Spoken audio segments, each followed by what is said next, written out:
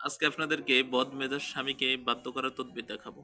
অর্থাৎ যে তদবিরটি দিয়ে আপনি আপনার বদমেজাজ হাজবেন্ডকে অল্প দিনের মধ্যে আপনার বশে নিয়ে আসতে পারবেন এবং আপনার বাধ্য করতে পারবেন, এমন একটি পরীক্ষিত তদবির আজকে আপনাদেরকে দেখাবো এবং দেব। সুতরাং আজকের ভিডিওটি আপনার জন্য খুবই গুরুত্বপূর্ণ। ভিডিওটি না টেনে একটু কষ্ট করে শেষ পর্যন্ত দেখার চেষ্টা করবেন।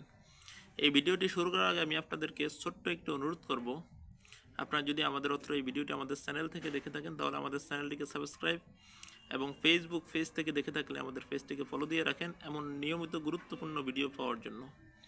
চলুন আমরা কথা না বাড়িয়ে ভিডিওর মেইন আলোচনায় আসতে পারি। আমাদের অনেকের হাজবেন্ডের মেজাজ এত খারাপ থাকে এবং এত বদ মেজাজে থাকে, আমাদেরকে খুব জ্বালাতন করতে থাকে এবং আমাদেরকে খুব কষ্ট দেয় তাদের ব্যবহারে, মেজাজ খারাপ থাকার কারণে।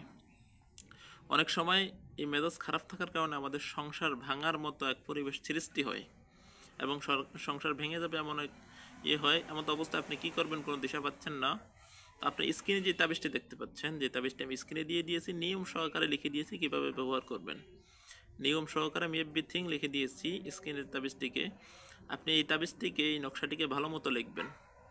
কীভাবে লিখতে হবে তাও আমি লিখে দিয়েছি। নকশাটি লেখার পরে নকশার নিচনে আপনি দেখেন আপনার স্বামীর নাম এবং আপনার স্বামীর মায়ের নাম লিখতে হবে এবং আপনার নাম এবং আপনার মায়ের নাম লিখতে হবে এবং তাবিজটিকে লিখতে হবে আপনি জাফরানের কালি দ্বারা এবং রবিবার আসরের নামাজের পর লিখতে হবে।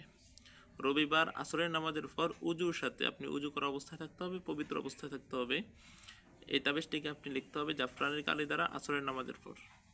লেখার পরে আপনি এই তাবিজটিকে ধুয়ে 11 দিন পর্যন্ত 11 দিন পর্যন্ত আপনার হাজব্যান্ডকে ওই পানিটা খাওয়াবেন।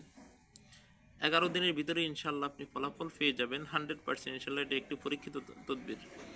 আমি আবারও বলছি, যে নকশাটি এখানে আছে এই নকশাটিকে আপনি উজুর সাথে জাফরানের কালি দ্বারা রবিবার আসরের নামাজের পর আপনি লিখতে হবে।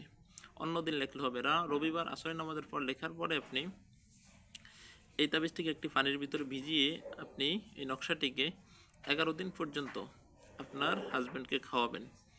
ইনশাআল্লাহ এই অল্প কয়েকদিনের ভিতরে আপনার হাজব্যান্ড আপনার বসে চলে আসবে ইনশাআল্লাহ। এটি একটি পরীক্ষিত তদবির। আশা করি কথাগুলো বুঝতে পেরেছেন, মেনে চলবেন, আপনার জন্য উপকার হবে।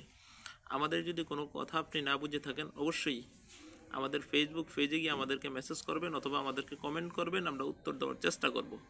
আমাদের পেজের লিঙ্ক ডিসক্রিপশন বক্সে দেওয়া আছে, ওখান থেকে আপনি নিতে পারেন। এবং আমাদের চ্যানেলটিকে যদি এখনও সাবস্ক্রাইব করে না থাকেন অবশ্যই আমাদের চ্যানেলটিকে সাবস্ক্রাইব করে দেন এবং ভিডিওতে একটি লাইক দিয়ে দিবেন এবং একটি শেয়ার করে দিবেন অন্য একজন দেখার জন্য। আপনার মাধ্যমে যদি একজন উপকৃত হয় তাহলে অবশ্যই আপনার ক্ষতি হবে না। এখনই আপনি আমাদের চ্যানেলটিকে সাবস্ক্রাইব করে দেন। ধন্যবাদ, ভালো থাকুন। আসসালামু আলাইকুম ওয়া রাহমাতুল্লাহ।